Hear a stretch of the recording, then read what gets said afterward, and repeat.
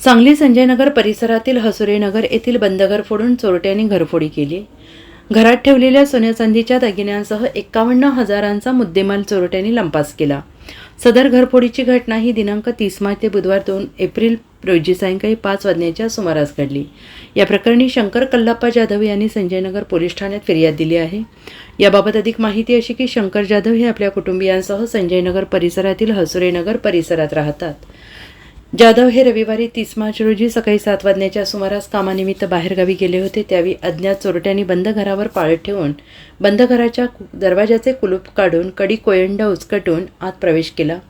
बेडरूममध्ये असणाऱ्या कपाटातील सोन्याच्या लहान मुलांच्या अंगठ्या, सोन्याची मनगटी, कानातील डूल, नथ, चांदीचे छल्ले, मेखले, करदोडे, वाळे, पैंजण आणि 6,500 रुपये रोख असा एकूण 51,500 रुपयांचा मुद्देमाल चोरून पलायन केले। बुधवारी सायंकाळी 5 वाजण्याच्या सुमारास जाधव हे घरी आले असता त्यांना सदर घरफोडीची घटना निदर्शनास आली। त्यानंतर त्यांनी संजयनगर पोलीस ठाण्यात फिर्याद दिली। त्यांच्या फिर्यादीवरून पोलिसांनी अज्ञात चोरट्यांविरोधात गुन्हा दाखल केला आहे। Bureau report SBN Marathi Sangli.